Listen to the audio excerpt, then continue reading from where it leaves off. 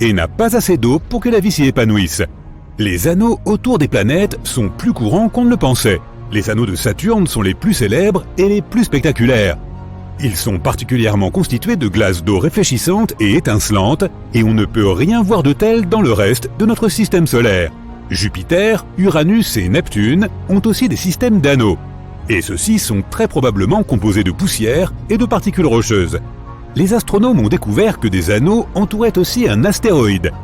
Et en parlant d'anneaux, pourquoi penses-tu que la Terre n'en a pas? Les 4 géantes gazeuses ont des anneaux, alors que les 4 planètes telluriques n'en ont pas. 2 théories expliquent comment les anneaux se forment. Ils pourraient être des restes de l'époque où les planètes se formaient, ou bien ils pourraient être les débris d'un impact qui a détruit une lune inconnue, ou encore, c'est la gravité qui s'est chargée d'arracher cette lune à sa planète mère. On ne sait pas vraiment pourquoi seules les planètes gazeuses ont des anneaux. Ces dernières se sont formées dans la zone extérieure de notre système solaire, alors que les planètes telluriques uniquement dans ces cercles intérieurs. Cela pourrait être un bon indice. Peut-être que ces planètes telluriques intérieures étaient simplement mieux protégées des impacts forts qui auraient pu former des anneaux. De plus, il y a plus de lunes dans le système solaire externe, et il y a aussi plus d'anneaux. Un autre facteur pourrait être le volume plus important des planètes gazeuses qui permettrait à un système d'anneaux d'y rester stable. Certaines théories affirment même que la Terre avait autrefois un système d'anneaux. Il y a très longtemps, notre planète est entrée en collision avec un objet de la taille de Mars, ce qui a très probablement donné naissance à un anneau dense de particules et de débris. Mais notre histoire est un peu différente de celle des planètes extérieures, et ces anneaux se sont probablement combinés pour former la Lune. Connaît-on la forme de l'univers? Einstein a mis au point la théorie de la relativité générale. Elle stipulait que l'univers pouvait avoir l'une de ces 3 formes, fermé comme une sphère, ouvert comme une selle, ou plat comme une feuille de papier. Sa forme détermine s'il est infini ou non, et s'il va s'étendre pour toujours, ou peut-être s'effondrer à un moment donné. La forme de l'univers dépend de sa densité et de son taux d'expansion. L'une des meilleures façons de déterminer sa forme est d'utiliser ce que l'on appelle le fond diffus cosmologique. C'est la rémanence, autrement dit ce qu'il reste du Big Bang. Les ondes sonores qui se déplaçaient dans l'univers à ses débuts ont produit des variations spatiales assez faibles dans la température de sa faible lumière. Les résultats des études ont montré que l'univers se dilatait probablement dans toutes les directions, ce qui signifie qu'il est plat. Comment se fait-il que notre Soleil soit chaud alors que la Lune est froide? Le Soleil dégage de la chaleur car son noyau est extrêmement chaud. À l'intérieur, la pression est très élevée et l'hydrogène se transforme en hélium. C'est ainsi que le Soleil crée de la lumière et de la chaleur. La lumière et la chaleur solaire sont suffisantes pour éclairer nos journées sur Terre et pour entretenir la vie, même si le Soleil est à environ 150 millions de kilomètres de nous. La Lune n'est pas chaude car elle n'a pas d'atmosphère et ne peut donc pas absorber la lumière du Soleil comme le fait notre planète. Sa surface devient très chaude pendant la journée, environ 100 degrés Celsius, mais comme il n'y a pas d'atmosphère, la température baisse drastiquement pendant la nuit jusqu'à moins 173 degrés Celsius. Le Soleil est chaud, cela ne fait aucun doute, mais l'espace qui l'entoure est très froid. La chaleur est l'énergie que les objets stockent en eux. La température est la façon dont nous mesurons si quelque chose est chaud ou froid. Lorsque de la chaleur est transférée à certains objets, leur température augmente. Si on l'enlève, la température baisse. La chaleur peut être transférée de 3 façons différentes, par convection, par conduction et par rayonnement. La convection fonctionne dans les gaz et les liquides, tandis que la conduction concerne les solides. La température n'affecte que la matière. Or, l'espace n'a pas assez de particules, c'est presque un vide complet, ce qui signifie que le transfert de chaleur n'y est pas efficace. La seule façon de le faire est par rayonnement. Lorsque la chaleur provenant du Soleil tombe sur un objet sous forme de rayonnement, les atomes qui composent cet objet absorbent de l'énergie. Cette énergie déplace les atomes et leur fait produire de la chaleur tout au long de ce processus. Dans l'espace, la température des objets reste la même pendant longtemps. Les objets froids restent froids et les objets chauds restent chauds. Si tu places un objet en dehors de l'atmosphère terrestre et que tu l'exposes à la lumière directe du Soleil, le Soleil le chauffera à environ 120 degrés Celsius. Les objets dans l'espace qui entourent notre planète et ne reçoivent pas directement la lumière du Soleil ont une température de 10 degrés Celsius. La température est telle parce que des molécules s'échappent de notre atmosphère et sont réchauffées par le Soleil. On a longtemps pensé que l'eau était très rare dans l'espace. Aujourd'hui, on sait qu'il y a de la glace d'eau dans tout notre système solaire. Pour commencer, tu peux généralement trouver de l'eau sur les astéroïdes et les comètes. Il y en a aussi dans les cratères de Mercure et de la Lune qui sont dans l'ombre en permanence. Sur Mars, tu pourrais trouver de la glace à ses pôles, sous la poussière de surface et dans le givre. Ce n'est peut-être pas suffisant pour faire vivre des colonies humaines, mais c'est quand même un début. Certains autres corps de notre système solaire contiennent aussi de la glace, comme la planète naine Cérès et l'une des lunes de Saturne. Europe, l'une des lunes de Jupiter, est l'une des candidates les plus sérieuses dont nous suspectons qu'elle pourrait potentiellement abriter de la vie. Elle possède probablement un océan entier sous sa surface, gelé et craquelé. Elle pourrait contenir 2 fois plus d'eau que tous les océans de notre planète réunis. Titan, la plus grande des lunes de Saturne, a aussi un cycle liquide, mais ce n'est pas de l'eau. Son cycle déplace des matériaux entre la surface et l'atmosphère. À première vue, cela ressemble au cycle de l'eau que nous avons sur Terre. Mais les immenses lacs de Titan sont remplis d'éthane et de méthane. Il y a toutefois des chances qu'ils se trouvent au-dessus d'une couche d'eau. Neptune est environ 30 fois plus éloignée du Soleil que nous. Bien sûr, elle reçoit beaucoup moins de lumière et de chaleur que la Terre. Mais elle émet aussi beaucoup plus de chaleur qu'elle n'en reçoit. Il se passe plus de choses dans son atmosphère, surtout si tu la compares à sa voisine Uranus. Uranus est plus proche du Soleil, mais elle émet pourtant la même quantité de chaleur que Neptune. Les vents sur Neptune sont d'une puissance folle. Ils soufflent à 2400 km/h. Personne ne sait encore pourquoi. Cela pourrait être une contraction gravitationnelle, de l'énergie provenant de son noyau ou encore du Soleil. Peux-tu imaginer de la glace chaude? Il en existe à seulement 33 années-lumière de nous sur une exoplanète. Cette planète est composée de différents éléments aqueux qui forment de la glace brûlante. La glace qui s'y trouve est solide à cause de la pression, mais les températures de surface sont extrêmes et vont jusqu'à 300 degrés Celsius. C'est ainsi que l'eau reste très chaude et se dégage sous forme de vapeur. Imagine mettre de la glace dans ton café pour le réchauffer. Quand tu regardes les étoiles, c'est presque comme si tu regardais dans le passé. Les étoiles sont très éloignées et leur lumière met beaucoup de temps à atteindre notre planète. Il est donc possible que certaines d'entre elles soient déjà à court de carburant et ne soient plus vivantes. Les piliers de la création en sont un bon exemple. Ils font partie d'une région située à 7000 années-lumière de nous, appelée la nébuleuse de l'Aigle. Ce sont des nuages de gaz et de poussière en forme de piliers. Les scientifiques les ont découverts pour la première fois en 1995. Mais en réalité, une explosion de supernova a détruit ces piliers il y a au moins 6000 ans. L'image de 1995 montre donc ces piliers d'il y a 7000 ans. Mars possède le plus grand volcan du système solaire que nous connaissions à ce jour. Il est plus grand que tout l'archipel d'Hawaï et 100 fois plus grand que le plus grand volcan de la Terre. La planète rouge semble calme, mais il fut un temps où de grands volcans dominaient sa surface. Si les volcans de la planète rouge peuvent devenir si grands, c'est probablement parce que la gravité y est beaucoup plus faible que sur Terre. De plus, la croûte de notre planète bouge tout le temps, alors que la croûte martienne reste probablement immobile. En juillet, lorsque nous sommes à environ 151 millions de kilomètres du Soleil, le monde est globalement plus chaud d'environ 2 degrés Celsius qu'en janvier, lorsque nous sommes 5 millions de kilomètres plus près. C'est parce qu'il y a plus de terres émergées dans l'hémisphère nord de la planète que dans l'hémisphère sud, et la Terre a tendance à se réchauffer plus que l'eau. Pendant l'été septentrional, en juillet, la surface de sol terrestre chauffé est plus étendue qu'en janvier. La planète se réchauffe donc un peu plus à cette époque, même si nous sommes plus éloignés de notre source de chaleur. Plus la Lune est proche de l'horizon, plus elle semble grande. Ce phénomène s'appelle l'illusion lunaire. L'une des théories visant à l'expliquer prétend que l'atmosphère joue le rôle d'une loupe, ce qui fait paraître la Lune plus grosse. En réalité, si l'atmosphère était impliquée dans cet effet, la Lune aurait l'air non pas plus grosse, mais plus petite. La plupart des experts pensent que l'illusion est créée par ton propre esprit, pouvant faire apparaître la Lune plus de 2 fois sa taille.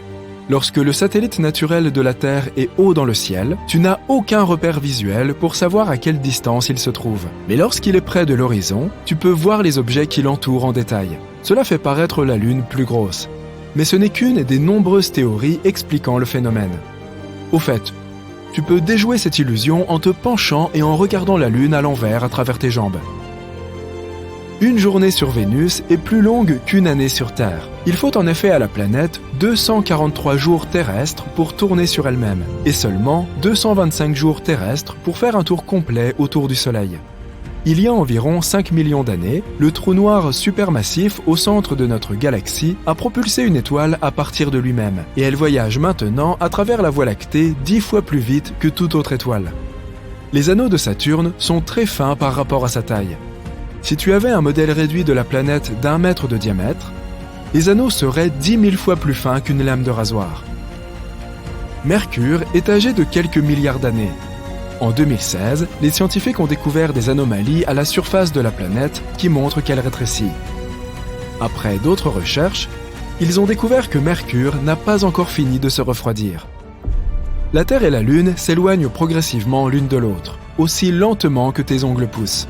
C'est le revers de la médaille de la force gravitationnelle de notre satellite. La Lune crée des marées dans les océans de la Terre, qui à leur tour tirent sur la Lune et la font accélérer. Cela déplace le satellite vers une orbite plus élevée. À l'époque préhistorique, la Lune était bien plus proche de notre planète qu'elle ne l'est aujourd'hui.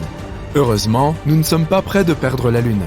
Plus elle s'éloigne, plus sa force gravitationnelle s'affaiblit. Cela signifie que bientôt, notre planète ne repoussera plus la Lune avec une telle force.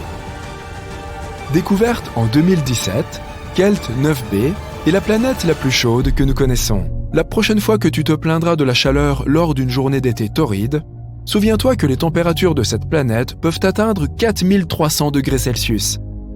C'est parce qu'elle orbite très près de son étoile, Kelt 9. Cette dernière est bien plus chaude et plus grosse que notre Soleil. Les experts pensent que l'étoile géante pourrait un jour faire s'évaporer la planète entière avec sa chaleur intense. Tout ce qui se trouve sur Terre et tout ce que les gens ont réussi à voir dans l'espace à l'aide de télescopes et d'autres instruments est de la matière normale. Elle est composée d'atomes et de molécules et représente moins de 5% de l'univers. Près des 3/4 de l'univers sont constitués d'énergie sombre. Les astronomes ne sauraient même pas que cette chose existe si, il y a plusieurs décennies, ils n'avaient pas découvert que l'expansion de l'univers ne ralentissait pas. Bien au contraire, elle s'accélérait. Cela signifiait qu'il devait y avoir une force énigmatique qui contrecarrait la gravité, celle que l'on a surnommée énergie sombre. La soudure à froid est un phénomène dans l'espace où deux pièces du même métal s'assemblent sans effort et sans chaleur. Il y a environ 700 millions d'années, un événement mystérieux s'est produit et pourrait avoir transformé Vénus en ce qu'elle est aujourd'hui. Certes, les astronomes ne peuvent pas voir directement la surface de la planète, car elle est recouverte de plusieurs couches d'épais nuages. Mais les missions spatiales envoyées sur la planète ont découvert que Vénus est parsemée de volcans crachant du feu, de montagnes massives, d'innombrables cratères et de gigantesques plaines de lave. Les températures sur la planète sont si incroyablement élevées qu'elles pourraient faire fondre le plomb. Et la pression atmosphérique est si forte qu'elle écraserait instantanément tout être vivant assez téméraire pour y mettre les pieds. Comme si cela ne suffisait pas, l'atmosphère de la planète est remplie de nuages nocifs d'acide sulfurique, dont l'odeur est bien pire que les œufs pourris. Le dioxyde de carbone, le principal composant de l'atmosphère de Vénus, ainsi que le tristement célèbre acide sulfurique, créent un puissant effet de serre. Par conséquent, la basse atmosphère et la surface de la planète sont parmi les endroits les plus chauds de tout le système solaire. Les étoiles à neutrons ont la taille d'une petite ville, mais leur masse est environ 1,4 fois celle du Soleil. Elles se forment lorsque des étoiles massives meurent et que leurs noyaux s'effondrent sur eux-mêmes. Le noyau continue à se replier sur lui-même jusqu'à ce que tous les électrons soient écrasés, ne laissant que des neutrons. Cela fait des étoiles à neutrons parmi les objets les plus denses de l'univers. En fait, une seule cuillère à café de matériaux d'étoiles à neutrons pèserait 1 milliard de tonnes. Bien sûr, obtenir cet échantillon et le rapporter sur Terre serait une tâche difficile, car la gravité sur une étoile à neutrons est 2 milliards de fois plus forte que la gravité sur notre planète. À cause de l'effet de la Lune sur la Terre, notre planète tourne de plus en plus lentement. Mais cela est très progressif. Elle perd environ 17 millisecondes tous les 100 ans. Il faudra donc 140 millions d'années avant que nous ne puissions ajouter une seule heure à une journée. Mais cela signifie aussi que lorsque les dinosaures existaient, les jours ne comptaient que 23 heures. il y a très peu d'activité à l'intérieur de la Lune. De plus, il n'y a presque pas d'atmosphère autour. C'est pourquoi les scientifiques peuvent retracer les cratères d'impact qui jonchent la surface du satellite sur des milliards d'années. En datant les cratères, les astronomes ont découvert que la Lune, tout comme notre planète, a subi un grand bombardement tardif il y a environ 4 milliards d'années. Cet événement est également connu sous le nom de cataclysme lunaire et a duré plusieurs centaines de millions d'années. Pendant cette période, une quantité anormalement élevée d'astéroïdes sont entrés en collision avec la Terre, Mercure, Mars et Vénus. La toute dernière théorie scientifique en la matière affirme que Vénus aurait pu avoir un climat agréable et stable pendant des milliards d'années avant que quelque chose ne change la donne. Les astronomes ont fait des recherches approfondies et ont construit un modèle d'un monde virtuel semblable à Vénus. Ce modèle a démontré que pendant la majeure partie de son histoire, la planète chaude avait des océans avec de l'eau liquide, des températures adéquates à la vie et des plaques tectoniques stables. En fait, la planète ressemblait à la Terre telle qu'elle était au début de son existence. Les scientifiques supposent que cette période de développement semblable à la Terre a pu durer plus de 3 milliards d'années. Saturne est une planète avec des vents qui se déplacent à plus de 1770 km/h à l'équateur. C'est aussi la planète qui possède les anneaux les plus proéminents. L'atmosphère de Saturne n'est pas vraiment différente de sa surface. Mais plus tu t'enfonces, plus la pression augmente et l'hydrogène devient liquide. Plus loin vers le centre de la planète, ce gaz liquéfié se transforme en hydrogène métallique. Comme Jupiter, Saturne pourrait avoir un noyau rocheux, entouré d'hydrogène et d'hélium. D'un autre côté, même s'il est composé de matériaux rocheux, le noyau peut toujours être liquide. Les humains explorent l'espace depuis plus de 60 ans et leurs efforts ont certainement porté leurs fruits. Toutes les planètes de notre système solaire ont maintenant été explorées, même les planètes naines, Pluton et Cérès. La plupart des explorations ont été réalisées par le programme Voyager de la NASA, qui a débuté en 1977. Voyager 1 et 2 ont recueilli des informations sur les planètes, leurs lunes et leur système unique d'anneaux et de champs magnétiques. Ces vaisseaux jumeaux continuent d'envoyer des données à la Terre, et Voyager 1 est actuellement dans l'espace interstellaire. Le ciel peut sembler assez paisible quand tu le regardes depuis la Terre. Mais la Voie lactée se dirige vers une collision massive avec la galaxie d'Andromède. Dans 4 milliards d'années, tu peux régler ton alarme, ces galaxies se rencontreront et aucune ne survivra. Les étoiles seront écrasées et les constellations seront détruites. Finalement, les deux géantes fusionneront et formeront une galaxie elliptique. Mais selon National Geographic, notre Soleil et la Terre survivront. Toutes les formes de vie sur Terre auront droit à un spectacle splendide lorsque les galaxies se rejoindront. Tu es en train de rouler vers la maison de ta sœur quand, tout à coup, le ciel change d'aspect. L'air automnal, jusqu'alors frais, devient brûlant en l'espace de quelques instants. Les gens qui faisaient des promenades ont maintenant enlevé leur veste et transpirent. Les gens qui prévoyaient de partir en week-end au ski ont annulé leur plan à la dernière minute pour se rendre à la plage. C'était le coucher du soleil, mais le ciel est devenu aussi clair que le jour. Tu attrapes tes lunettes de soleil et continues à conduire. Rien ne semble normal, mais les gens ne paraissent pas s'en soucier. Tu allumes la radio et tu entends tout le monde paniquer à propos du soleil, rien n'est cohérent. Ils mélangent leurs mots et disent des dizaines de choses différentes en même temps. Tu sors ton téléphone et il se passe la même chose sur les réseaux sociaux. Rien n'est compréhensible. Il y a juste des gens qui parlent de la façon dont le soleil se rapproche de la Terre. Des pas claquent le long d'un couloir tranquille. Un homme vêtu d'un costume cintré se rend à l'une des réunions les plus importantes de sa vie. Adam traverse la salle de réunion alors que tout le monde attend d'entendre ce qu'il a à dire. En tant qu'astrophysicien en chef, il incombe à Adam de comprendre ce qui se passe et de ne pas le faire savoir au public. Sinon, le monde entier succombera à la panique et à l'hystérie collective, ce qu'il faut à tout prix éviter. Il prend place en bout de table, tandis que tout le monde attend d'entendre ce qu'il a à dire. L'atmosphère est tendue et personne ne dit un mot. Il enlève ses lunettes et les pose sur la table. Tout le monde observe le moindre de ses gestes. Il sort quelques feuilles d'un dossier et commence à lire. Sa voix brise le silence de la pièce. Chers collègues, j'ai bien peur que le pire ne nous attende. Après d'innombrables heures d'observation et d'analyse, nous avons découvert qu'un morceau du Soleil a abandonné son orbite et se dirige vers nous. Nous ne savons pas encore de quelle partie du Soleil il s'agit, mais nous savons qu'une fois qu'il nous aura frappés, nous n'aurons peut-être plus de planète Terre. La tension dans la pièce est palpable, tout le monde se regarde confusément. Adam répond à autant de questions qu'il peut, mais lui-même n'a pas toutes les réponses. En quelques minutes, la presse divulgue un enregistrement vocal du discours d'Adam et le monde devient fou. Tu viens d'entendre un extrait du discours d'Adam et tu n'es pas trop convaincu de sa validité. Même si le ciel s'éclaircit de seconde en seconde, il n'y a encore aucune raison de paniquer. Tu continues à conduire et soudain, tu ressens une vibration intense. Ta voiture se soulève du sol et les vitres se brisent. Tu t'éloignes et tu te mets à l'abri. Tu as vu un objet ressemblant à une comète s'écraser au milieu de nulle part, à des kilomètres de là. D'autres de ces objets semblent se diriger vers le sol. Tu démarres ta voiture et tu repars en essayant de trouver un endroit où te cacher. Les cendres commencent à couvrir le ciel, ce qui le rend encore plus chaud qu'il ne l'est déjà.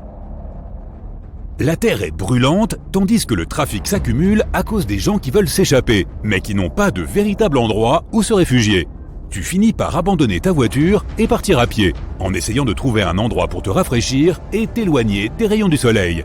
Même si les cendres obscurcissent le ciel, le soleil continue de les traverser.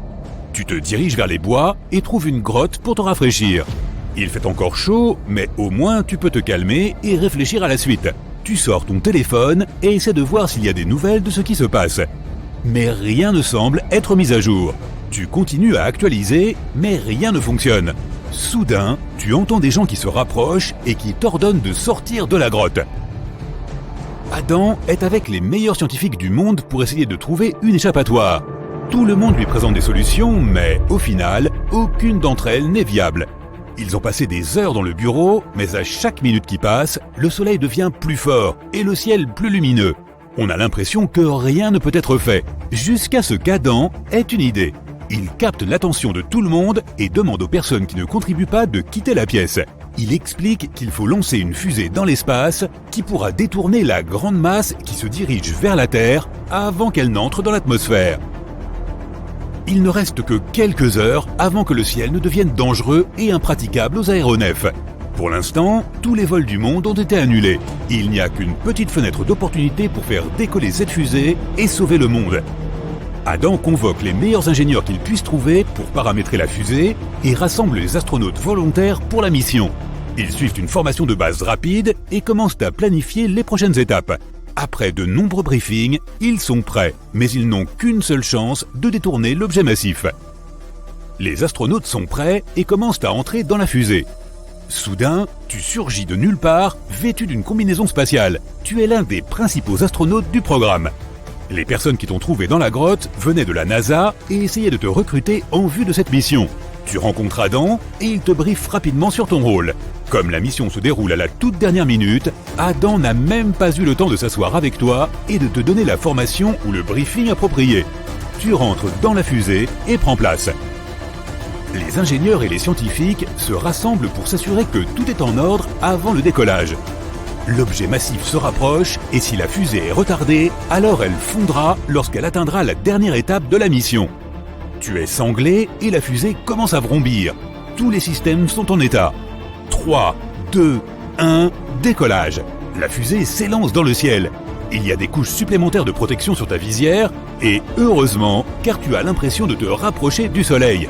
Après quelques minutes, la fusée quitte l'atmosphère terrestre et se trouve devant l'objet massif. La fusée se fige dans une position stratégique, attendant le bon moment pour éjecter l'objet de sa trajectoire en direction de la Terre. Pendant ce temps, tous les habitants de la planète se cachent dans des bunkers, alors que des débris détachés de l'objet les bombardent. Une équipe de nettoyage sera prête à se débarrasser des roches spatiales brûlantes. Les bunkers sont équipés de nourriture, d'eau et d'électricité, au cas où il faudrait rester sous terre pendant un certain temps. Il ne reste que quelques minutes avant le moment crucial. Tu appuies sur un bouton et tu te prépares à déployer une grande pointe aussi longue que la Statue de la Liberté. La pointe est maintenue par un support attaché à la fusée. Le support va tirer la pointe comme un arc avec une flèche et l'envoyer directement à travers l'objet massif, le brisant avant qu'il ne fonde.